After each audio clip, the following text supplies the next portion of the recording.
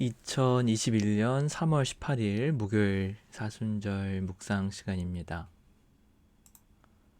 사랑의 하나님, 예수님의 고난을 묵상하고 동참하는 사순절을 보내고 있습니다.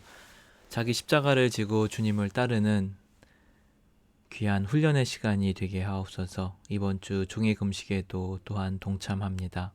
우리 구주 예수님의 이름으로 기도합니다. 아멘. 오늘 말씀은 요한복음 5장 1절에서 16절 말씀입니다. 베데스다 연못에 38년 된 병자 이야기입니다. 그 뒤에 유대 사람의 명절이 되어서 예수께서 예루살렘으로 올라가셨다. 예루살렘에 있는 양의 문 곁에 히브리 말로 베데스다라는 못이 있는데 거기에는 주랑이 5 있었다. 이 주랑 안에는 많은 환자들, 곧 눈먼 사람들과 다리 저는 사람들과 중풍병자들이 누워 있었다. 그들은 물이 움직이기를 기다리고 있었다. 거기에는 38해가 된 병자 한 사람이 있었다. 예수께서 누워있는 그 사람을 보시고 또 이미 오랜 세월을 그렇게 보내고 있는 것을 아시고 물으셨다. 낫고 싶으냐? 병자가 대답하였다. 주님, 물이 움직일 때에 나를 들어서 못에다가 넣어주는 사람이 없습니다. 내가 가는 동안에 남들이 나보다 먼저 못에 들어갑니다. 예수께서 그에게 말씀하셨다. 일어나서 내 자리를 걷어가지고 걸어가거라. 그 사람은 곧 나아서 자리를 걷어가지고 걸어갔다. 그날은 안식일이었다. 그래서 유대 사람들은 병이 나은 사람에게 말하였다. 오늘은 안식일이니 자리를 들고 가는 것은 옳지 않소.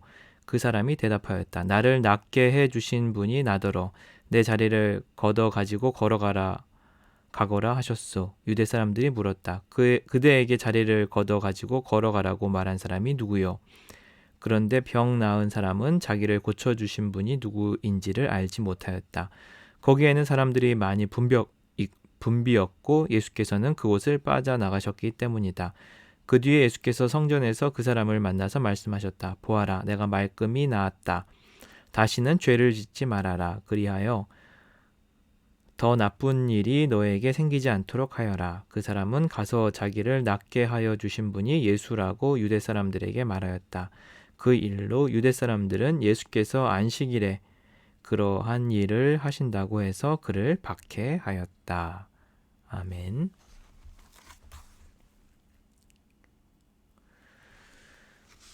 오늘 말씀 장소가 베데스다 연못입니다. 자비의 집이라는 뜻이고요. 여기에는 환자들이 주랑 밑에 그늘진 곳에 환자들이 많이 있었습니다. 그리고 이 환자들은 물이 동할 때 그 연못에 들어가서 병이 낫기를 어떻게 보면 기적의 현장으로 알고 정말 사람들이 나았는지 안 나았는지는 잘 모르겠지만 그곳에 첫 번째로 들어가면 병이 낫는다는 민간 신앙이라고 할까요? 그런 것들을 가지고 어떻게 보면은 다 불치병 세상에서 고칠 수 없기 때문에 기적을 바라고 왔던 사람들이 대부분이 아니었을까 그런 생각을 해봅니다. 그리고 오늘의 주인공인 38년 된 병자가 누워 있습니다.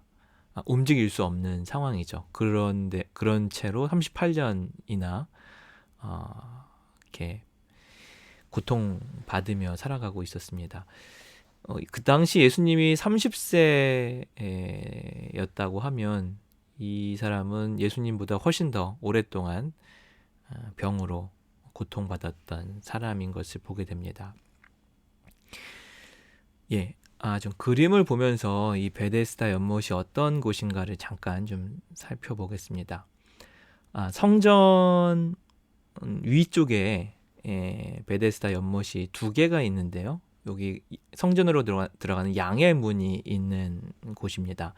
양의 문이라는 곳은 그 제물을 가지고 들어가는 곳이었기 때문에 이 베데스다 연못은 그 제사를 드리는데 사용되는 물, 또 이렇게 번제를 드리기 위해서 각을 뜨고 하기 때문에 물이 많이 필요했는데 동물을 씻거나 정결케 하는 그런 물로 이 베데스다 물을 사용했다고 합니다. 그러니까 위에는 동물을 씻는 그런 그 제사에 사용되는 그런 물이었고, 그 물을 이제 연못이 두 개로 이루어져 가지고, 저것은 예루살렘 박물관에 있는 베데스다 연못의 모형도인데요. 오른쪽에 있는 그림은 그 물을 이제 밑으로 흘려 보내면 이제 물이 동하게 되겠죠. 그래서 이 제사에 희생된 제사에 쓰였던 동물을 씻은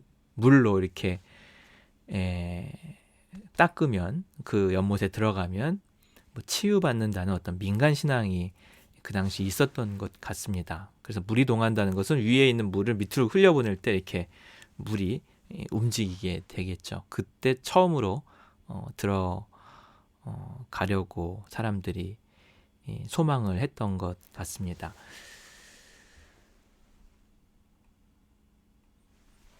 그때 예수님이 이 병자에게 찾아와서 물으십니다. 38년 된 병자인 걸 아시고 가신 거죠. 아마 그곳에서 가장 고통받고 있던 환자가 아니었을까 싶기도 합니다. 그를 주님이 바라보시고 낫고 싶으냐 이렇게 물으세요. 당연하죠, 그렇죠? 이 38년 된 병자가 이 베데스다 연못에 들어가려는 목적도 낫기 위한 것이죠. 그랬더니 병자가 낫고 싶습니다라고 얘기하지 않고 자기 소망을 얘기합니다. 내가 저기 연못에 첫 번째로 들어가고 싶은데 나를 못에 넣어줄 사람이 없습니다 하고 아쉬움을 토로합니다. 저는 오늘 말씀 묵상하면서 그 우리가 이렇게 소망하는 꿈들이 있지 않습니까? 그 어떤 개인적인 어떤 그런 바램들, 꼭 이루어야 하는 것들이 있죠. 근데 이 38년 된 병자의 꿈은 이 베데스다 연못에 첫 번째로, 물이 동할 때 첫 번째로 들어가는 것인데, 그게 병을 고친다는 사실은 확률은 없어요. 확신도 없고. 그냥 마지막으로 내 인생에서 그냥 해보고 싶은 거죠. 그 민간 신앙을 가지고 거기 기적이 일어난다고 하니까. 여기에는 100% 확률로 따지면은 거의 제로에 가까운 확률이죠. 치유받을 수 있는. 그러니까 뭐 우리가 볼 때는 치유가 불가능한 꿈을 꾸고 있는 것이죠. 이 환자의 이 소망과 꿈을 보면서 우리가 꾸는 꿈들도 다 이런 거 아닌가. 약간 좀 한편으로는 좀 허황된 것. 그리고 뭐 사람마다 좀 다를 수 있겠지만 정말 이게 꼭 필요한가? 정말 간절히 소망해서 그런 꿈들을 이뤄가시는 분들도 있겠지만, 우리의 많은 꿈들과 희망사항 중에는 허황된 것들이 참 많다. 저도 이제 그런 요즘 이 말씀 묵상하면서 그런 생각을 좀 돌이켜 보는데, 그런데 주님은 그렇게 말씀하시죠. 일어나서 내 자리를 걷어 가지고 걸어가거라. 아예 병의 뿌리를 해결해 주세요. 그러니까 삶 자체를 주님은 변화시켜 주신 거죠. 그러니까 우리의 가장 큰 소망을 잘 아시는 분은 사실은 주님이시라는 것을 새롭게 깨닫게 되었습니다. 그러니까 내가 아무리 막 기도 제목을 가지고 기도해도 한편으로는 주님이 나의 기도 제목을 더 잘 아시고, 주님이 내가 꾸는 꿈 이상의 꿈을 갖고 계시는 거죠. 주님은 나를 전적으로, 전 인격적으로 변화시켜 주시기를 원하세요. 근본적인 뿌리부터 다 변화시켜 주시기를 원하고 고쳐 주시기를 원하시는 거죠. 그런데 우리는 지엽적인 거 하나만 붙잡고 이것만 해결되기를 바라는 그런 모습을 보면서 진짜 기도는 주님께 맡기는 것이 아닌가. 주님께 맡깁니다. 주님은 더 위대한 꿈을, 나에 대해서 더 위대한 꿈을 갖고 계시기 때문이라는 생각을 하게 됩니다. 네, 오늘 하루 살아가시면서 내가 꿈꾸는 꿈, 또 나를 향하신 주님의 꿈은 어떤 것인가 한번 비교해 보면서 잠시 내 꿈을 내려놓고 우리를 주님께 그냥 내어 맡기면 주님이 나를 향한 더 놀라운 꿈, 계획, 또 치유와 은혜로 우리를 또 새롭게 빚어 주실 줄로 믿습니다. 감사합니다.